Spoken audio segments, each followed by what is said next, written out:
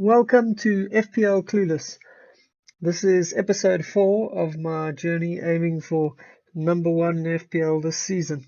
Today I'm going to go over my Game Week 3 review, the fact that Chelsea need to gel and still improve, and we're going to talk about that, the state of penalties in the Premier League at the moment, the fact that fans aren't in the stadiums and how that's affecting results.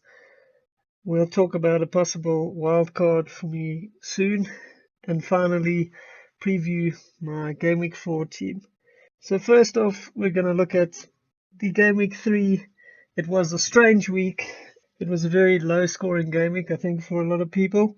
Southampton managed to keep some clean sheets for me, which was great. Trent Alexander-Arnold delivered an assist and got quite a few bonus points, which helped a lot as well. Salah and Pereira got assists for me, and Danny Ings scored and got some nice bonus points as well. The rest of the team didn't really perform up to standard. Getting to the topic of Chelsea, I'm really thinking of subbing out Timo Werner this week simply because he hasn't performed so well. He's only ended up with an assist. He has won 2 penalties, but ended up with 1 assist in FPL. The problem with Chelsea at the moment, I think, is they've got players out injured. They've got lots of new players, and their new players are still finding their feet, being put in different positions that they might not be too familiar with. Werner sometimes playing alone up front, sometimes he's playing on the left, sometimes he's playing behind the forward. So he's got to adapt his style and get used to playing at Chelsea. So I think it wouldn't be the worst idea to take out Chelsea players for now, keep an eye on them, and see when they're starting to click as a team and potentially look dangerous.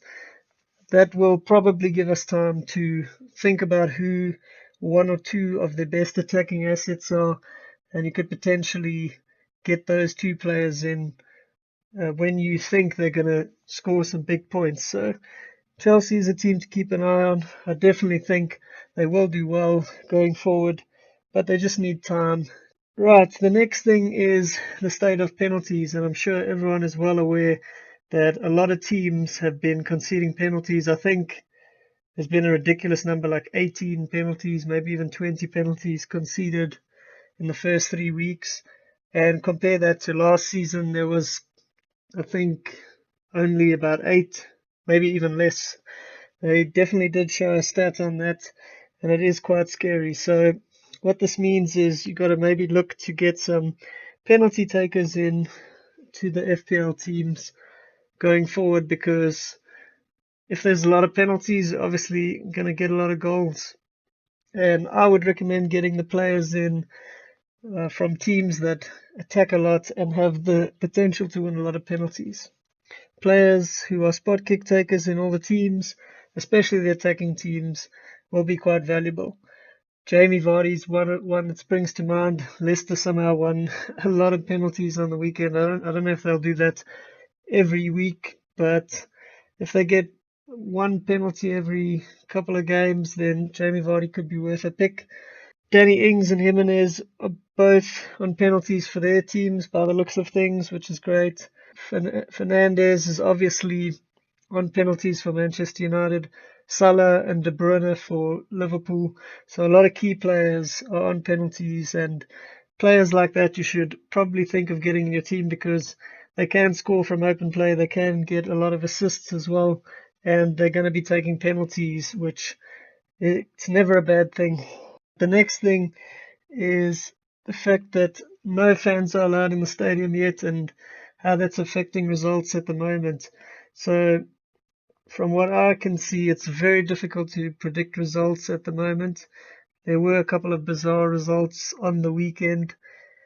Leicester beating Manchester City was very unexpected. I think Man City struggled without a forward, and that's something to consider for the next game week. It might not be the best captaincy option, but with Leeds coming to attack them, it could still work in their favour. The next team that had a strange result was Wolves against West Ham. I don't think anyone saw that result coming, a 4-0 win to West Ham.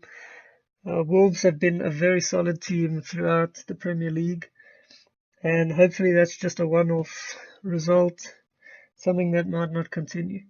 The last thing that I'd like to talk about is when I would like to play my wild card. So I was really considering playing my wild card after this week, a string of bad results, and there were some emerging players that looked really good, but going through potential teams that I could pick, I just didn't like the look of them. There was a few weaknesses in certain places, and that put me off my wild card this week. So my game week 4 preview and plans for that will be to probably take out Timo Werner for a forward. It might be Jamie Vardy, it might be Raul Jimenez, but it's going to be a 1 week punt on a forward that I think would do pretty well for this game week.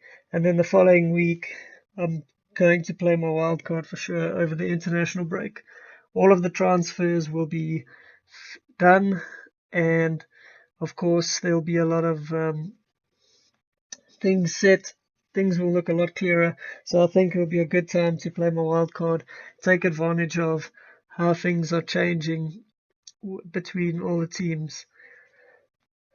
Other than that, have a good week for game week 4, and there'll be an international break next week, so I won't see you for a couple of weeks, but good luck, enjoy it, goodbye.